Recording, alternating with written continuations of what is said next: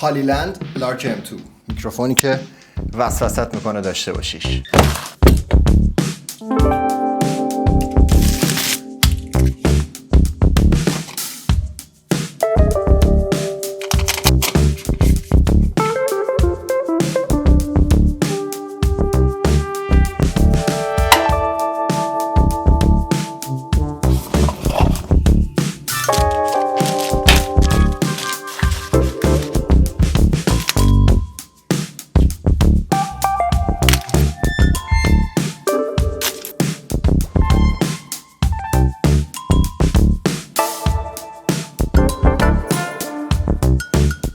سلام، بازم عرفان و باز هم خوش اومدید به کانال یوتیوب من. قبل از هر چیزی 10,000 تایی شدن کانال رو اول از همه به خودم که واقعا جون کندم توی این مسیر تبریک میگم و دوم به مخاطب هام که شما عزیزان باشید. امیدوارم که مسیر این کانال هر چقدر کند داره میره جلو ولی نهایتا هیچ وقت به بنبست نخوره و بتونم همچنان اون ذوقی که واسه ویدیو ساختن تو وجودم بوده رو زنده نگه دارم. مقدمه کافیه. هالیلند لارک M2 میکروفونی که حداقل توی 1.5 سال اخیر ترند ترین بوده توی کل ایران و البته شاید هم میشه گفت کل دنیا. به خاطر چی؟ به خاطر کیفیتش. از این با کیفیت تر هم داریم یا حداقل همرده این زیاد داریم. به خاطر مارکش من که شاید قبل از این اسم هالیلند رو نشنیده بودم، شاید هم از کم اطلاعی منه. به نظر من به خاطر امکاناتی که به مخاطب میده، به خاطر سادگی استفاده و به خاطر اینکه همه جوره همه جا به هر شکلی میتونی از این میکروفون استفاده بکنی. تیپ کلاسیکو رسمی زدی یا شاید هم یه پیراهن پشمی پاییزه پوشیدی یا یه تیشرت جذاب وسط تابستون، فرقی نمیکنه. لارک M2 همه جا باهاته. وسط وزن زدن توی باشگاه بدنسازی یا حتی وسط برف و ران روی کاپشنت، اصلا به لبه کلاهت وصل کن یا حتی عینکت یا حتی ساعتت. شاید باورت نشه ولی سر انگشتت هم میچسبه. واسه همینه که میگم مجبورت میکنه، وسوسه‌ت میکنه که حتما یکی از اینو داشته باشی. قبل از هر چیزی بگم که نسخه کمبوی این میکروفون رو من خریداری کردم. پرفروش‌ترین نسخه‌ای که ازش توی بازار موجوده.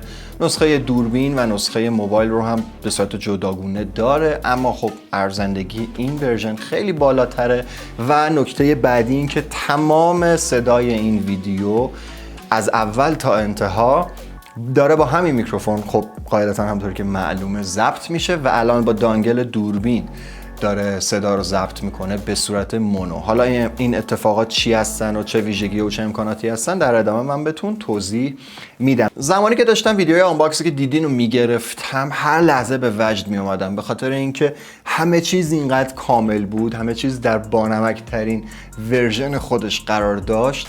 من هر لحظه با خودم میگفتم دمش گرم، این پوله که هزینه کردم واقعا داره بهم برمیگرده انگار و ارزششو داشت. من حتی با اون استیکرهای بانمکی که شاید هیچ وقت ازشون استفاده نکنم هم سر ذوق اومدم و زمانی که کیفیت میکروفون رو تست کردم با خودم گفتم پسر دمش گرم، این واقعا خود میکروفونه. بذارید یه پرانتز این وسط باز کنم. اولی میکروفون من برای کار تولید محتوا مثل خیلی از شماها بویا انوان بود.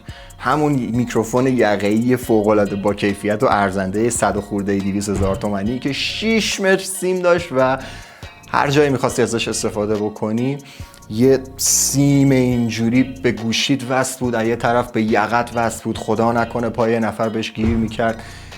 اوف چه دورانی بود واقعا.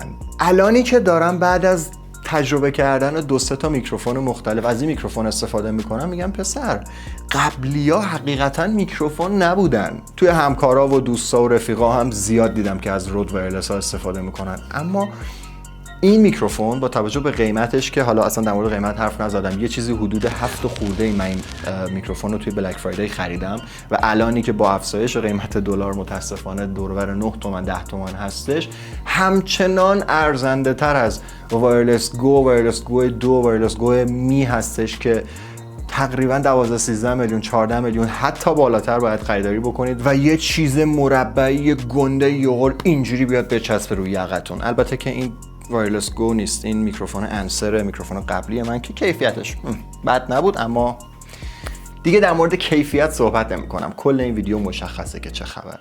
این کیسی که همراه میکروفون هست واقعا جذاب ترین قسمت ماجراست. 2 تا فرستنده و یه دونه دانگل دوربین رو میتونی توش قرار بدی و اینا رو وقتی درشو میبندی خیلی شیک و ترتمیز برات شارژ میکنه. روی خودش 4 تا نشانگر LED داره که میزان باتری رو 25% بهت نشون میده. تا 40 ساعت میتونه شارژ واسط نگه داره و هر کدوم از میکروفونا به تنهایی میتونن حداقل واسط 10 ساعت بازدهی بدن. 2 تا دانگلی هم که همراهش هست اصلا نیازی به شارژ ندارن و باتری و انرژیشون رو از خود گوشیت میگیرن. نه تنها نیاز به شارژ جداگونه ندارن بلکه روی هر کدومشون یه پورت تایپ C هم هست واسه اینکه گوشی شما رو حین استفاده از میکروفون با استفاده از پاور بانک شارژ هم بکنن. روی هر کدوم از این دانگل‌های موبایل یه دکمه زرد رنگ داریم که برای پیر کردن و یا فعالسازی یا غیر فعالسازی نویز کنسلیشن میکروفون به کار میره. تقریبا شما برای پیر کردن نیاز به هیچ کار خاصی ندارید و زمانی که میکروفون رو تو باکسش در میارید خودش روشن میشه و وقتی که دانگل رو وصل میکنید به گوشیتون در ثانیه با هم دیگه پیر میشن بدون کوچکترین دیلی. یه اپلیکیشن هم روی موبایل میتونید نصب بکنید واسه این میکروفون ها به نام لارک ساوند که هم از اپ استور هم از پلی استور قابل دانلوده و امکانات نسبتاً خوبی رو بهتون میده. هرچند که بدون استفاده از اپلیکیشن هم شما به راحتی میتونید با این میکروفون کار بکنید. من الان توی محیط ساکت و آروم میدارم براتون این ویدیو رو ضبط میکنم و اگر سکوت بکنم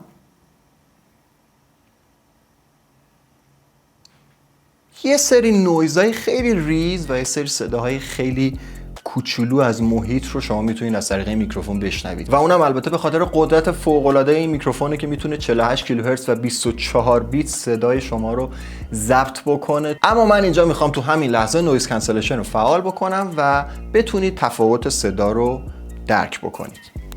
از این لحظه به بعد صدای من داره به حالت نویز کنسلیشن به گوش شما میرسه و اگر سکوت بکنم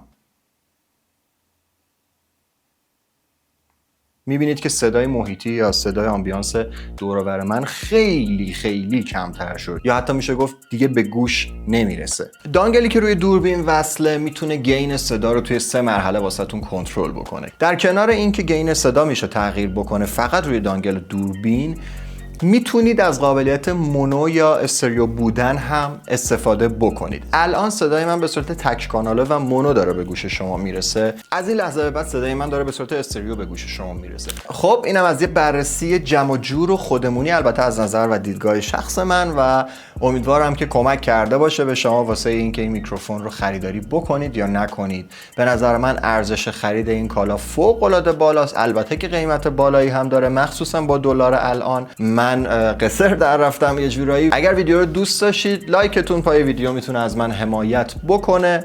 اگر نظری در مورد این میکروفون داشتید یا سوالی توی بخش کامنت ها منتظرتون هستم و با امید خدا این میکروفون یه انگیزه‌ای باشه واسه اینکه من بتونم محتواهای قبلیم رو که ناقص مونده واسه شما کامل بکنم و کانال مجددا جون بگیره. میبینمتون تا بعد. فعلا.